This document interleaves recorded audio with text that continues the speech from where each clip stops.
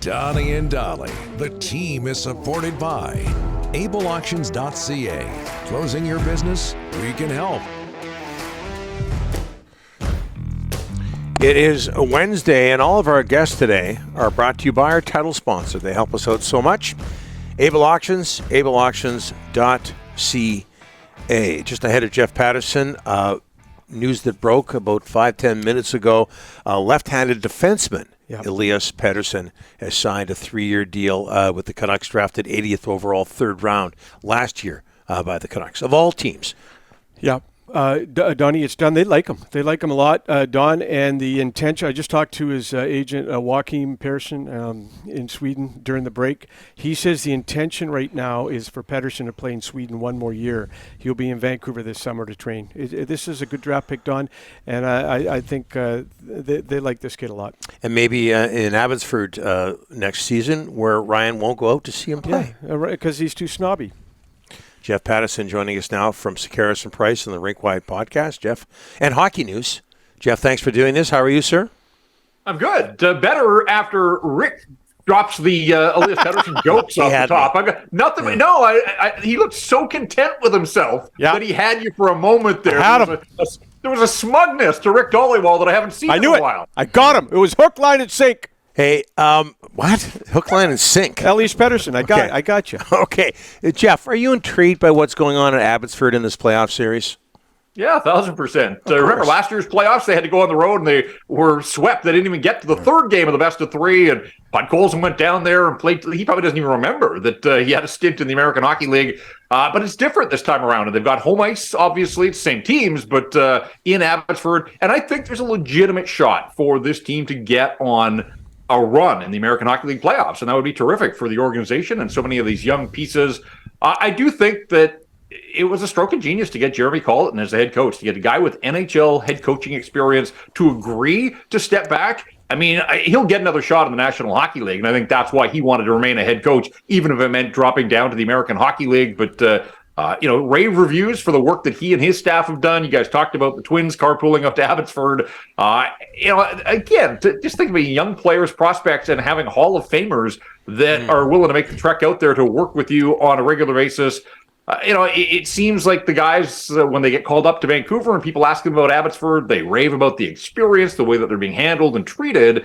And it seems like a pretty good group of guys. And if you think, too, one thing that the Canucks, obviously this management group made it a focus to restock the pipeline. They're not there yet, but even year over year, like, they've got legitimate prospects down there, maybe not as top-line NHLers, but guys that should play in the National Hockey League. And for the longest time, when we think about, and you guys spent a lot of time talking about Utica, too, with all due respect to guys like Joe LeBate and Alex Grenier, like, those were the kinds of players when the Canucks had to dip into the farm system, and good players, and they played in the NHL, so again, full credit to them, but they weren't the kind of guys that fans were charting their progress and waiting for them to get their opportunities. They've got some guys now down on the farm that I think one day will be fixtures on the Vancouver Canucks, and that's what you want. And to have the farm team in your own backyard just sort of takes it to another level. Yeah. Meanwhile, Patrik Allvin and Rick Tocchet meet the media on Monday, and the GM, Patrik Allvin, saying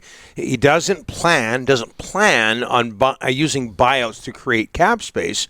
Jeff, how then do they create cap space?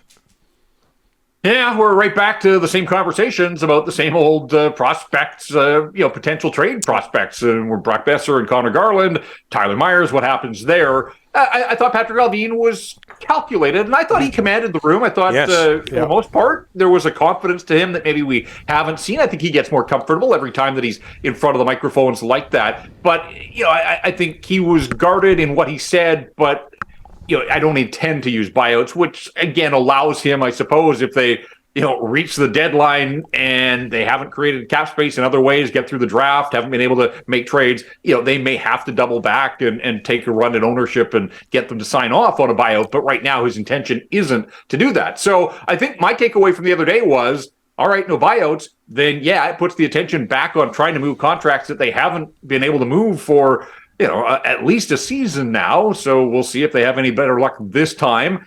And then the other thing was, fans should be prepared for Little change. I mean, they're clearly leaning into the big three. I sort of liken it, so many of the management group came from Pittsburgh, and obviously the big three there were readily identified, and Crosby, Malkin, and Chris Letang. They don't have those players here, but they're trying to identify their big three in Paterson, Hughes, and JT Miller, and really leaning into the leadership of that group and how far that group can take them. But also, when Patrik Allvin said, I'm not going to spend much on a backup goaltender, I mean, that points to improvement from within, and Artur Silovs, perhaps. He said he was open to Silovs as a 22-year-old being a backup in the National Hockey League next year rather than staying in the AHL and playing an awful lot. But it just feels to me like they're expecting Dakota Joshua and Nils Amon to take another step here, that they think that there is more for their stars to give, and then they're hoping that, a healthy Ilya Mikheyev and most notably a healthy Filip Hronek, will fill some of the cracks that are in this roster.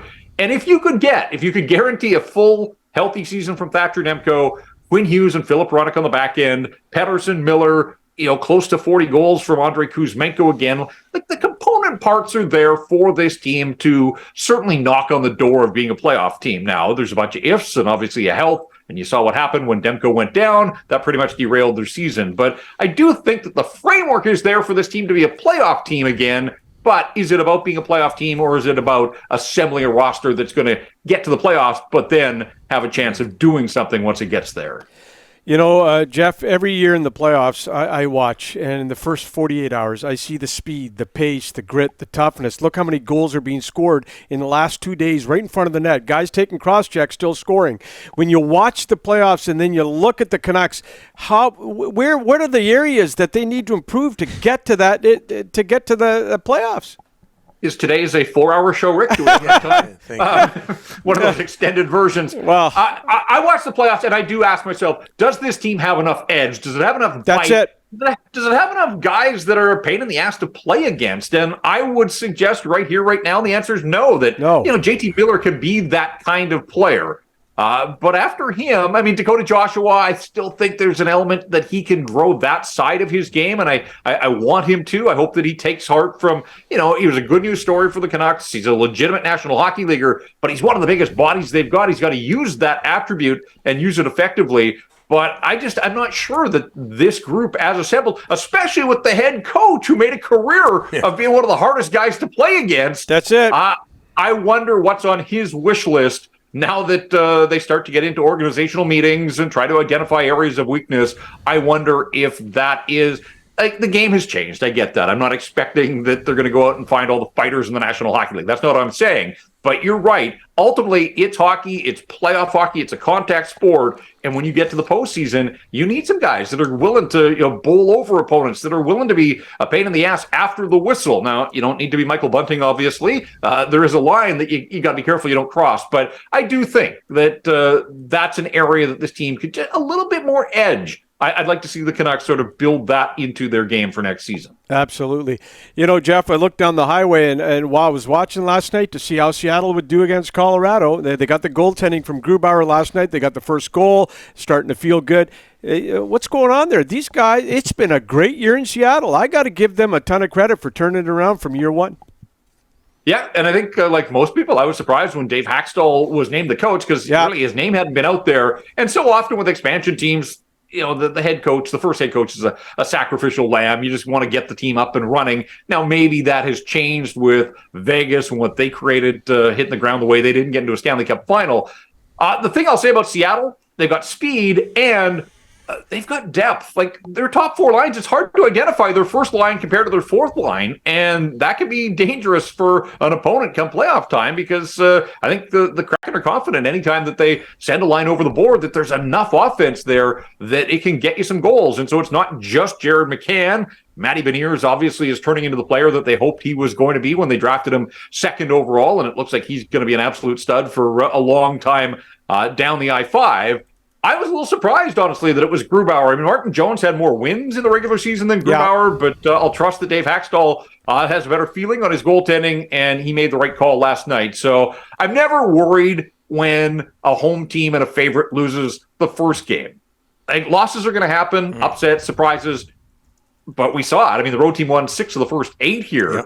So which road team can take a 2-0 series lead, and then obviously alarm bells go off for the higher seeded team if they find themselves down 2-0 and heading out on the road. So the champs are the champs for a reason. I'll give Colorado every opportunity to respond, but it's not the same Colorado team that won the Stanley Cup. We know that. They're not as good. They've got some injury problems of their own and some holes that weren't there last spring. So I'm not ready to declare that the Kraken are going to knock off the champs, but great start for them, and that just builds the hype. And what a scene that'll be on the weekend when there is playoff hockey in the Emerald City for the first time in nearly 100 years. So, good on the Kraken. That's obviously can't ask for a whole lot more in your playoff debut. And Jeff, before I let you go, you asked this question of Rick Tocchet. It was one of the big mysteries of his short time here behind the Canucks bench, saying early on that he wasn't going to overplay his stars, and then you could argue he did just that fairly early into his tenure with the Canucks. Do you understand, after asking that question, more now why he did that? Not really. He explained it, and he talked about the fact that they earned it, and all of those guys responded. Like Quinn Hughes thrived under that sort of workload. Elias Pettersson obviously didn't slow down and got to 100 points and then some, and obviously JT Miller responded to the coaching change as well. Look, it's fine to do it in 36 games, fairly meaningless games against inferior opponents. My concern is, though, that Rick Tocchet is going to take that, all right, that was our best path to victory this season, and I'm going to apply that next year over 82 games. I don't think that those guys can be up to that challenge over 82 games. You can do it in a shorter span, less than half a season, and ultimately it's not about what happens in the regular season. They want to be playing playoff hockey at this time next year. So if you're going to play Quinn Hughes 27, 28, 29 minutes a night, what's he going to have left in the tank for games that matter and games that get harder, as we just talked about? That's sort of my issue. So Tocchet, he walked me through his rationale, but then I was waiting for but I can't do it next year. He never really backed off of that. And in fact, talked about how these guys set the bar and he wanted other players to try to take their ice time, and nobody really responded. So he just kept rolling them out time and time and time again. They are great players. They'll lead the Canucks as far as they can go. There's no doubt about it. But I just think a little bit less might be more in the long run with those top-end guys who really didn't have a whole lot to prove down the stretch, where there were still a number of players that you wanted to see maybe get a little more ice time to help evaluate what they had and where they fit in the depth chart of the Vancouver Canucks. So I hope for Tocchet's sake over the summer that he recognizes that you just can't do that night in, night out. 23-year-old Quinn Hughes can handle it, but as he gets a little bit older here, obviously he's going to be a target in the National Hockey League. Teams are going to try to finish checks and all that kind of stuff on him. I just think dial it back a little bit, and hopefully the addition of Filip Hronek, and maybe they can fill out the roster as well on the back end. Maybe that alleviates some of the workload for Quinn Hughes. Outstanding, Jeff. We'll talk to you next week. Thank you so much. All right, guys. Yep, thank you.